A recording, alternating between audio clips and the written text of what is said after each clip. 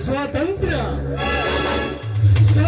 ಸಿಕ್ಕು 75 ವರ್ಷಗಳೇ ಗತಿಸಿದರು. ಭಾರತದ ಬಡ ರೈತರಿಗೆ ಸಿಗಲಿಲ್ಲ ಬಂಧನದ ಮುಕ್ತಿ. ಅತಂತ್ರವಾಗಿ ಬದುಕುತ್ತಿರುವ ಬಡವರನ್ನು ಹರಿದು ತಿನ್ನುವ ಬಂಡ ರಾಜಕಾರಣಿಗಳಿಗೆ ದೊರಕಿದೆ ಸ್ವಾತಂತ್ರ್ಯ. ಇನ್ನು ಬ್ರಿಟಿಷರಂತೆ ಭಾರತದ ಪ್ರಜೆಗಳನ್ನು ತಮ್ಮ ತಾಳಕ್ಕೆ ತಕ್ಕಂತೆ ಕುಳಿಸುವ ಬಂಡ ರಾಜಕಾರಣಿಗಳಿಗೆ ದೊರಕಿದೆ ಸ್ವಾತಂತ್ರ್ಯ.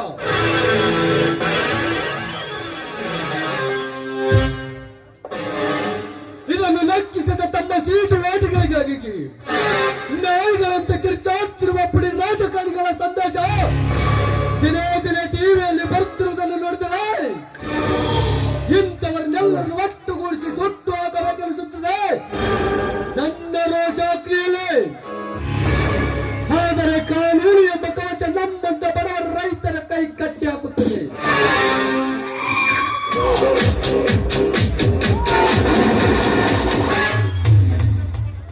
ಆದ್ದರಿಂದ ಕಪಟದಿಂದ ಗಳಿಸಿರುವ ಶ್ರೀಮಂತರ ಸರ್ವ ಸಂಪತ್ತನ್ನೆಲ್ಲ ತಾಯಿಸಿ ಸರ್ವನಾಶ ಮಾಡಲಿಕ್ಕೆಂದು ಒಟ್ಟು ಬಂದಿದ್ದಾನೆ ಈ ಸರ್ಕಾರ.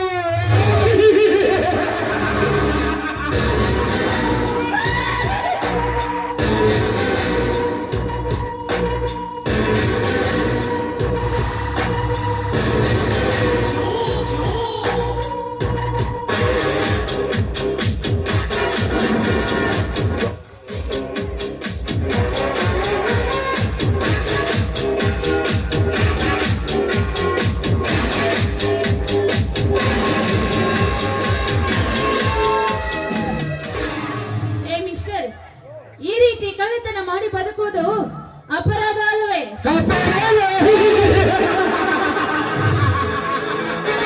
ಈ ಪವಿತ್ರ ಭೂಮಿಯಲ್ಲಿ ಅನ್ಯ ಧರ್ಮದಿಂದ ಬದುಕುವುದೇ ಅನ್ಯಾಯ, ಅತ್ಯಾಚಾರ, ಕಳ್ಳತನ ಮಾಡಿ ಬದುಕುತ್ತಿರುವಾಗ ನನ್ನನ್ನು ಕೇಳುವರೇನು ಈ ಭರತ ಭೂಮಿಯಲ್ಲಿ? ಅಂದರೆ ಕೇಳುವರು ಯಾರು ಅಲ್ಲ ಅಂತ ತಿಳಿದುಕೊಂಡು ಕಂಡ ಶ್ರೀಮಂತರ ಮನೆಯಲ್ಲಿ ಕಳ್ಳತನ ಮಾಡಿ ಈ ರೀತಿ ಮಾಡುವುದು ಏನು ಅಂತ ತಿಳಿದುಕೊಂಡಿದ್ದೀಯಾ? ನೋಡು, ಈ ನಮ್ಮ ದೇಶದಲ್ಲಿ ಕಾನೂನಿದೆ, ನಿನಗೆ ಸರಿಯಾದ ಶಿಕ್ಷೆ ಕೊಡೋದಕ್ಕೆ. ಅದು ನಿನಗೆ ನೆನಪಿಲ್ವೇನು? ಕಾನೂನು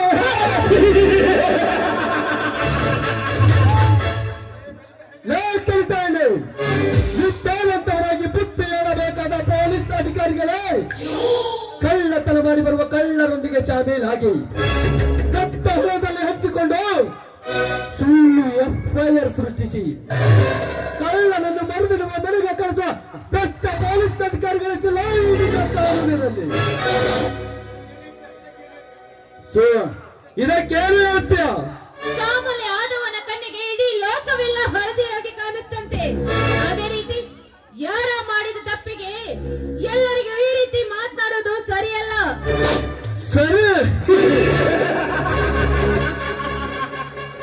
ಸರಿ ತಪ್ಪುಗಳ ಬಗ್ಗೆ ನನಗೆ ಕೆಲಸ ಬಂದಿರುವ ಹೇಳಿ ತೋಚಿಕೊಂಡು ಬಂದ ಬದಲಾಯಿಸುವ ಪುಡಿ ರಾಜಕಾರಣಿಗಳು ಸರ್ಕಾರದ ಖಜಾನೆಯನ್ನೇ ಲೂಟಿ ಮಾಡುತ್ತಿರುವಾಗ ಇದು ಕಾನೂನಿನ ಕಣ್ಣಿಗೆ ಕಳ್ಳತನವಲ್ಲವೇ? ಇನ್ನು ಭ್ರಷ್ಟಾಧಿಕಾರಿಗಳು ಬಡವರ ರಕ್ತ ಹೀರಿ ಮಂಚದ ಕೆಳಗೆ ಲಂಚ ತಿನ್ನುತ್ತಿರುವಾಗ ಇದು ಕಾನೂನಿನ ಕಣ್ಣಿಗೆ ಕಳ್ಳತನವಲ್ಲವೇ? ಅಂದಾಗ ಈ ದೇಶದಲ್ಲಿ ಬಡವರಿಗೊಂದು ಕಾನೂನು, ಶ್ರೀಮಂತಿಗೊಂದು ಕಾನೂನು. ಮಿಸ್ಟರ್, ಕಾನೂನಿಗೆ ಈ ದೇಶದಲ್ಲಿ ಬಡವ ಶ್ರೀಮಂತ ಅನ್ನೋ ಭೇದ ಭಾವ ಇಲ್ಲ. ಕಾನೂನಿನ ಮುಂದೆ ಎಲ್ಲರೂ ಒಂದೇ ಸಮನಾಗಿರ್ಬೇಕು. ಕರೆಕ್ಟ್. ಬಡವರಿಂದ ಬಾಚಿದ ಹಣದ ಮಪ್ಪಿನಲ್ಲಿ ಬೆರೆಯುತ್ತಿರುವ ಸತ್ತಿನ ಶ್ರೀಮಂತರ ಸರ್ವ ಸಂಪತ್ತನ್ನು ಲಪ್ಪಿಸಿ ಬಡವರಿಗೆ ಏನಷ್ಟು ದೀನದಲಿತರಿಗೆ ಹಂಚಿ ಎಲ್ಲರೂ ಸರಿ ಸಮಾನರೆಂದು ಕಾಣುವುದೇ ಈ ಭಾಷೆಯ ಕಾಯಕದ ಕೆಲಸ. ಸರಿ ಹೋಯ್ತಲ್ಲ? ಸರಿ ತಪ್ಪುಗಳ ಬಗ್ಗೆ ಆಲೋಚನೆ ಮಾಡೋದಕ್ಕೆ ನನ್ನ ಹತ್ರ ಸಮಯವಿಲ್ಲ.